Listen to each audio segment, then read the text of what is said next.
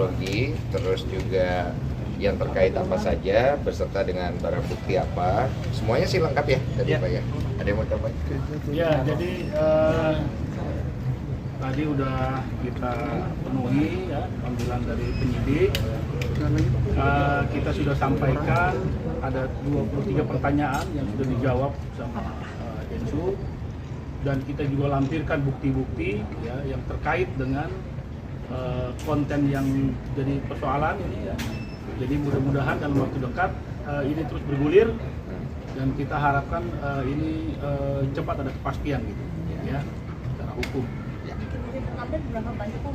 Ada berapa tadi? Ada banyak lah, saya sebutin banyak itu. Banyak, ada berapa benda gitu. Salah satunya apa aja yang dibawa hari ini, Pak? Ini kan peristiwa juga semua kita buktikan ya dari media cetak, media elektronik, ya kan semua kita ini termasuk Saksi komen-komen yang memang mengarah juga itu kita masukkan juga. Jadi apapun dari pihak dimasukin apa terkait sindiran-sindiran di Instagram dan segala macam. Oh iya, ini bukan ini lagi, udah nyata-nyata ya. Iya. Apa yang disampaikan itu ditujukan ke Densu. Kerugiannya sendiri kok seperti apa sih? Tadi udah disampaikan juga. Jadi kalau kita kan memang melihat ini kan kasus yang terkait dari 10 tahun yang lalu dan ingin kita selesaikan secara hukum dengan kerugian-kerugian dalam bentuk material, imaterial, kemudian nama baik rusak, terus kemudian gagal nikah berapa kali. Pokoknya semua kerugian yang menurut Pak Polisi tadi kira-kira bisa dimasukkan, saya masukkan semua gitu. Termasuk peneroran, saya mengalami teror dulu kan berapa kali, teror segala macam. Jadi itu kita masukkan semua. Nanti itu kan dibuktikan oleh penyidik. Nah kira-kira valid atau enggak nanti penyidik semua. Terornya dalam bentuk apa kok? Hah? Terornya dalam bentuk apa kok? Dulu saya pernah ada orang ngaku-ngaku Intel lah di depan kosan saya. Terus si orang ini juga pernah datang dengan pacarnya ngamuk di depan kosan saya. Ya si VA. Jadi biar teman-teman tahu ya. Tadi kita masuk jam berapa? Jam 10 ya? Jam 11 ya, jam 11 selesai ini jam 2. Jadi memang panjang sekali harus yang kita sampaikan, sehingga 23% itu padat sekali. Ya padat sekali ya. Ditambahkan lagi bukti-bukti itu ke materi jangan ya. Jadi itu biar penyidik urusannya ya, yang jelas apa yang kita sampaikan itu, apa yang kita berikan ke penyidik itu semua kita lampirkan buktinya. Sementara aja. Kenapa tanya sementara aja? Ya, pokoknya ada 23 pertanyaan. Kaitannya tentu dengan dengan peristiwa ini ya. Kronologi kejadian dari awal sampai yang jadi itu jelas lah. Pada ini soal laporan kan awalnya soal pencemaran baik kan, tapi kan selain itu kan juga ada yang kelakuan soal instansi. Ada nggak sih itu masuk laporan baru mengenai yang pertanyaan presiden kedua si kenapa melakukan instansi ini sendiri atau kecil?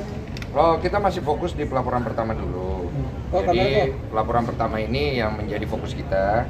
Setelah pelaporan pertama ini nanti sudah bergulir oleh penyidik segala macam, hasilnya udah seperti apa, baru kita akan fokus ke yang lain-lain. Karena di sini kan posisinya gini, aku membuat pelaporan itu bukan untuk mau ribut atau perang.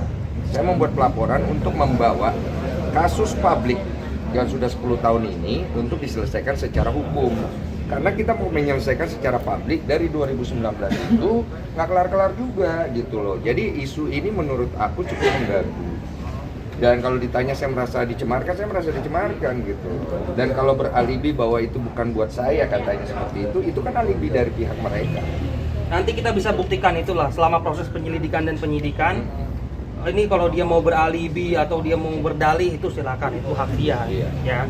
Tapi yang pasti dari awal kita sudah mau melaporkan ini ke kepolisian dan laporan ini diterima, kita akan buktikan bahwa ini perkara ini akan terus berlanjut dan ini terpenuhi unsur pidananya.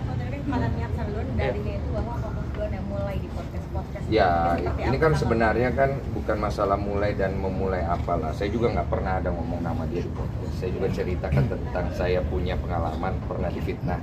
Bukan untuk ngejatuhin dia, tapi untuk membangkitkan semangat orang yang saya sedang ngobrol itu yang juga melakukan kesalahan dalam hidupnya. ya sharing. Saya ini mau pakai acuan apa gitu. Yang saya punya kan cuma pengalaman hidup. Saya ini kan orang pernah mengalami banyak hal dalam hidup saya. Inilah ilmu saya yang saya bisa kasih. Tujuannya apa? Tujuannya untuk membantu orang. Karena dulu saya pernah mengalami masalah dan saya kepengen membantu orang sebagaimana saya dulu tolong sama Tuhan, udah gitu aja. Tapi kalau kemudian akhirnya nyinggung beberapa pihak, ya kita harus maklumi juga. Tapi kan kita lihat dari unsur pidananya masuk tidak. Nah, saya kan tidak ada melakukan hal seperti itu, maka dia kalau merasa kan tinggal laporkan. Saya merasa kemarin saya laporkan, gitu. Dan saya lihat unsur itu bisa masuk ke dalam unsur pidana dan dibantu oleh kuasa hukum saya. Itu kita luruskan secara hukum. Kalau ini bicara soal pidana sendiri, ini tega maksudnya sampai akhirnya mau memenjarakan Ferry nggak sih? Jadi gini, tujuan kita itu bukan untuk memenjarakan siapa-siapa. Tujuan kita adalah membawa kasus publik ini ke ranah hukum supaya edukasi hukumnya ada. Gitu. Jadi kalau tujuan dibilang Mas Denny tega menjarain orang, enggak. Kalau saya tega menjarain orang, dari 2019 ketika tes DNA pertama ini sudah keluar, secara valid saya sudah difitnah. Tapi saya tidak melaporkan orang itu ke polisi karena saya masih punya hati nurani. Nah, karena sudah seringnya diulang pola-pola ini dan beralibi, membangun opini, menciptakan asumsi, saya pikir ini arahnya nggak bagus buat keluarga saya, nggak bagus buat anak yang dia bilang, anaknya dia yang dia bilang mengalami dampak mental psikologi kan, nggak ada bagusnya. Jadi kita bawa ke ranah hukum supaya dihukum, diselesaikan dengan baik, jadi edukasi yang bagus. Oh, melihat pendapat yang podcast dengan Dr. Richard seperti apa? Ini kawan-kawan ya, ini demi kepastian Iya. hukum. Ini demi kepastian hukum ya. Jadi kita bukan tujuan kita juga menjarakan orang, itu konsekuensi hukum aja. Konsekuensi Kalau hukum. nanti hakim memutuskan dia bersalah ya konsekuensinya harus dihukum. Masuk berarti nggak masalah buat politik pada akhirnya. Loh, kalau itu urusan hakim, urusan nanti pengadilan. Sekarang ini masih lidik ya. Tahapannya panjang ini, ya nanti lidik, ya sidik, ya nanti P21, jaksa, ya kan, baru ke pengadilan. Tapi kalau hukum Ini ya edukasi untuk masyarakat ini, ya, supaya ada kepastian. tapi kalau hukum menawarkan Restorasi. Ya, saya nggak bisa. Itu tahapan itu pasti ada. Cuma hal itu sudah kita lalui dari 2019. Nantilah, Itu kalau nanti kita itu bicara nanti lah. kalau udah ada justice Restoratif restorasi, justice, iya. restoratifnya seperti apa, Iya. nanti kita lihat. Tapi poinnya kita di sini kan bukan mau bikin pelaporan terus kemudian bergimik, bukan itu. Iya. Kita tidak sedang bergimik di sini. Kalau memang dari penyidik menyatakan ini P21 masuk ke proses pengadilan, kita ikut semua sampai endingnya di mana. penetapan dia. Sebenarnya tes DNA dilakukan di Singapura. Nafsu banget aja apa? Tes DNA di Singapura. Ya diatur aja. Kan babangnya sudah ngomong, wah kan saksi kalian loh saksi. Jadi kan udah oke aja. Mau di mana aja boleh. Udah ada tanggalnya belum sih? Oke, tanggal sekian kita berangkat ke Singapura. Saya nggak pernah dikabar-kabarin apa-apa. Saya Belum ada capek. obrolan sama pihak sana belum? Saya sudah ngubungin bapak pengacaranya secara pribadi langsung. Saya nggak tahu itu dia atau bukan. Boleh nih Pak, Silakan Pak. Maaf Pak, ya, izin ganggu ya, Pak, maaf banget Pak. Sebentar. Berarti bonding yang sama itu. Sorry, bro. Cakar. Yang mana dulu? Ini udah DNA apa dan udah Komunikasi apa namanya? Udah, saya kan ngubungin, kan waktu itu kan dia bikin klarifikasi press conference. Saya nonton, katanya ngajak untuk duduk bareng, membicarakan itu. Saya bilang ayo diselesaikan, mau tes DNA ayo. Tapi kan kita hubungin, tapi sampai sekarang jadwalnya katanya masih sibuk segala macam. Ya saya mengerti lah, orang kan mungkin punya jadwal. Saya pikir kalau memang serius ya harus selesaikan cepat kan. Karena dari pihak kami kan dari awal ayo. Mau jam itu, jam ini, jam apa. Tapi akhirnya kan dari perkataannya merujuk bahwa ini tes DNA kan kenapa harus merasa. Ini kan belum tentu buat Din Sumargo. Bisa saja buat orang lain. Saya pikir kok arahnya di publik jadi ngawur gini. Jadi kita pikir ya sudahlah, dilaporkanlah secara hukum biar jelas apakah masuk unsur pidananya atau tidak. Oke. Dan kemudian masalah tes DNA ini kalau dia merasa bukan buat saya, ya sudah nggak usah tes DNA. Nanti kalau dari pengadilan memutuskan ada tes DNA lagi, kita ikut pengadilan aja. Beres kan? Gitu. Karena kan dari gua pribadi dari awal dia meminta tes DNA secara publik untuk adu ayam lah istilahnya, adu publik gitu kan oke. Tes DNA pertama aja gue yang nyari, ayo tes DNA segala macam. untuk menyelesaikan masalah ini. Gini loh, satu orang pengen nyelesain masalah, yang lain tidak terlihat ingin menyelesaikan masalah. Tidak akan selesai masalahnya. Dan kalau tidak dipayungi oleh hukum, tidak ada tengahnya ini, nggak kelar-kelar ini barang. Capek gitu loh. Yang untung kan kalian ya. Apa itu? Bonding. Nah, bonding dengan ini seperti apa sih? Bonding kamu dengan aku. Dengan adanya kasus ini. Ya bonding baik-baik saja. Istri juga terlihat sangat support banget. Cuman yang gue khawatirkan kan kita juga punya planning secara suami istri untuk kedepannya dan lain-lainnya. Gue nggak usah sebut. Ya gue nggak mau terganggu aja gitu. Karena gue sebagai kepala rumah tangga punya tanggung jawab gitu loh. Dengan adanya masa lalu gue yang kembali di up, saya harus nunjukin sikap. Karena seorang laki-laki itu pernah bikin salah harus bisa tanggung jawab. Maupun di sini orang mungkin melihat saya, wah Mas Denny udah bener segala macam. Bukan itu fokus saya. Fokus saya adalah saya ingin orang tahu kalau saya tanggung jawab sebagai kepala rumah tangga. Menjaga kesehatan dari si Oli sendiri untuk misalkan produksi kan Iya. kan mau itu seperti apa sih kalau mungkin dengan ada pemberitaan ini kan pasti nge-down juga. Iya, ya udahlah, nggak usah dibahas. Nanti gini loh, gue nggak mau jual kesusahan gue. Gue tuh udah susah, udah nggak usah dijual lagi. Zaman gue difitnah, lu nggak usah tanya. Coba lu jadi orang difitnah, satu Indonesia itu ngelihat lu pernah ngambilin anak orang, nggak tanggung jawab, udah kayak gimana gitu loh. Jadi bukan itu yang mau gue jual, bukan itu yang pengen gue deliver ke orang. Nggak ada motivasinya di situ gitu loh. Yang gue pengen kasih ke orang, gue pernah mengalami kesalahan, gue perbaiki. Gue pernah melakukan kesalahan, gue berubah. Gue apalagi namanya, gue ingin memperbaiki semua hal yang gue lakukan supaya gue bisa jadi laki-laki sejati yang lebih baik. Kok terlepas apapun hasil dari tes DNA kok, Ya. apakah nantinya kalau diminta untuk Tunggu, bentar. Fokus kita kepastian. Pastikan aja. Kepastian aja. Sekarang ini proses hukum, supaya ada kepastian hukum, Iya. kan proses bergulir dulu. Iya, Ya, supaya juga nggak dikait-kaitan dengan yang lain. betul, Jadi kepastian kalau aja. kita bicara lagi banyak, ya Densu bicara banyak, nanti lebay bilangnya kan. Nah, jadi kita nggak bicara begitu.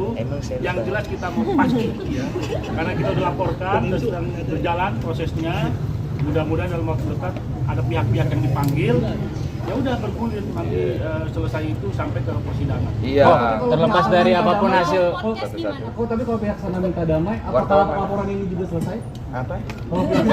Kalau pihak sana ada etika baik untuk meminta damai, kok apakah laporan ini selesai juga atau seperti apa? Nggak mau nanggepin itu, karena buat gue itu masalah kata pengacaranya itu kan masalah ke depan. Saya juga tidak akan membahas masalah yang belum terjadi loh. Mau damai atau tidak hak masing-masing. Kalau kami ingin menyelesaikan ini di hukum supaya ada kepastian. kok terlepas dari hasil tes DNA ya kan, saat sebelum pihak mereka kan presko nih seolah-olah bicara tentang nafkah terus, apakah terlepas dari hasil DNA iya atau tidak anak tersebut akan dinafkahi juga kok jika diminta? Siapa yang minta nafkah? Pihak sana kan bicara selalu sudah menghidupi. Janganlah, COVID. Iya, kan dibilang berjuang juga untuk menghidupi itu. Itu narasi lu aja. Enggak, bagaimana nih kok? Ini gue tolongin lo orangnya. Iya. Itu urusan dia. Masalah nafkah itu urusan lain. Gue kan dari gue pribadi nggak ada berkeberatan. Gue bilang dari tes DNA pertama. Kalau anak saya tanggung jawab. Kalau bukan, jangan kok paksa saya jadi saya. Sekarang lu tahu semua komentar pengen jadi anak gua. Semua tiba-tiba punya lesung pipi. DM gue isinya itu semua. Lu tanggung jawab. Oh ini kan nggak terbukti ya kalau Lu kayak anak gua nih. ini kan nggak terbukti kalau anak Densu nih. Mungkin kok tau nggak sih sebenarnya siapa sih kok? Oh saya nggak tahu, itu saya nggak mau campur ya. Karena yang lebih tahu kan pasti seorang ibu. Kan banyak yang tulis komentar, wah saya yakin itu anaknya Densu karena seorang ibu tidak akan salah. Waduh, ya tanya ibunya. Sekarang kan hasil tes DNA yang pertama bukan saya gitu. Tapi tes DNA yang lalu itu dimasukin ke bukti. Iya, hasil tes DNA masih. Merasa bahwa pihaknya Ferry tuh kayak kerja kabur-kaburan ya, dihubungi nggak bisa, terus diajak damai atau apa, nggak ada respon segala macamnya. Kamu ngerasa gitu nggak? Paling sulit. Aku boleh dong bertanya balik. Aku ngerasanya dia kayaknya lagi capek. Udah itu aja sih. Kok kemarin kan habis podcast bareng dokter Richard itu kan sempat 3 bulan via telepon dan gimana itu kok? Kamu begitu emosional sih kok. Gue diteriakin gua. Iya. Ketakut. Aku langsung takut gitu loh. Iya, aku cuma tegas aja. Mau tes DNA ayo gitu. Mau ketemu duduk bareng ayo, podcast ayo. Mau apa sih? Nggak ngerti gua. Kemarin kan di podcast Dr. Richard sendiri kan justru dia katanya malah nunggu di basement nggak berani naik untuk ngobrol langsung sama Dr. Richard. Oh itu tanya dia. Kalian tuh jangan wawancarain gue mulu. Oh hanya gue yang bisa itu. Ya, karena saya ingin pansos. Saya suka exposure ini. Rumah juga susah kok. Si Dr. Richard tes DNA itu kecil banget kesalahannya, cuma 0,1%. 0,01. Dan kemungkinan sebenarnya tidak perlu ada tes DNA. Ya memang sebenarnya tidak perlu ya Pak ya ada tes DNA gitu. Karena tes DNA itu sudah valid, dia itu ada legalitasnya. Kalau ingin ada tes DNA secara hukum, itu tes DNA itu harus dibuktikan dulu dibawa ke hukum. Makanya kita bawa nih.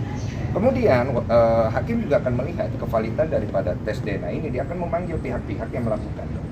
Dan kalau memang tes DNA ini memang sudah sesuai dengan prosedur, kalau apabila ingin dilakukan tes DNA kedua, itu harus bisa buktikan dulu ini benar atau enggak, udah di situ aja. Jadi yang pertama juga kan nggak ada kewajiban sebetulnya. Ada kewajiban. Cuma kan yang dipakai terus, dipakai buat konten terus sama dia, diungkit terus ya kan.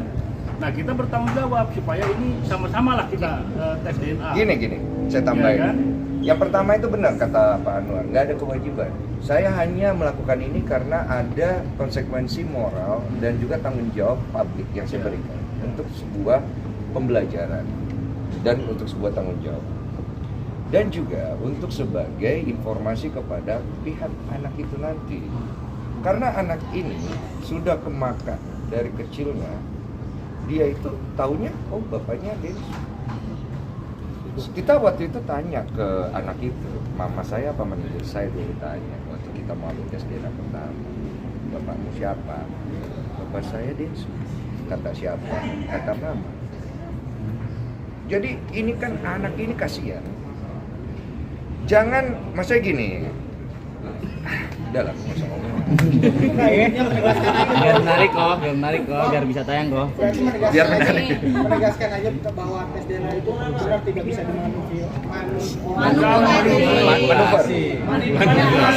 Manipulasi. Ya memang tes DNA itu tidak bisa simulasi. Tidak bisa dimanipulasi. Kalaupun bisa terjadi harus bisa dibuktikan. Karena ini kan berangkat dari sebuah legalitas. Ini bukan gini loh. Kita tuh tes sakit. Diagnosa ini kemudian, wah saya nggak percaya, saya yakin badan saya tidak begini. Saya pergi ke dokter lain untuk didiagnosa. Ini bukan penyakit. Itu baru second opinion. Ini sampel. Kalau ini hasil lab kan? Hasil lab. Iya. Kayak lu punya darah nih, darah lu A. Udah keluar nih darah lu A. Wah saya nggak percaya darah saya A. Iya. Lu pergi ke rumah sakit lain, itu darah A itu nggak berubah. Darah lu A gitu. Oke, anggaplah, wah ternyata salah darah lu B. Berarti kan pihak dari kedua rumah sakit ini melakukan kesalahan. Ada salah satunya kemungkinan. Perang lagi, ya kan? Berita lagi, gitu lah. Udah ya.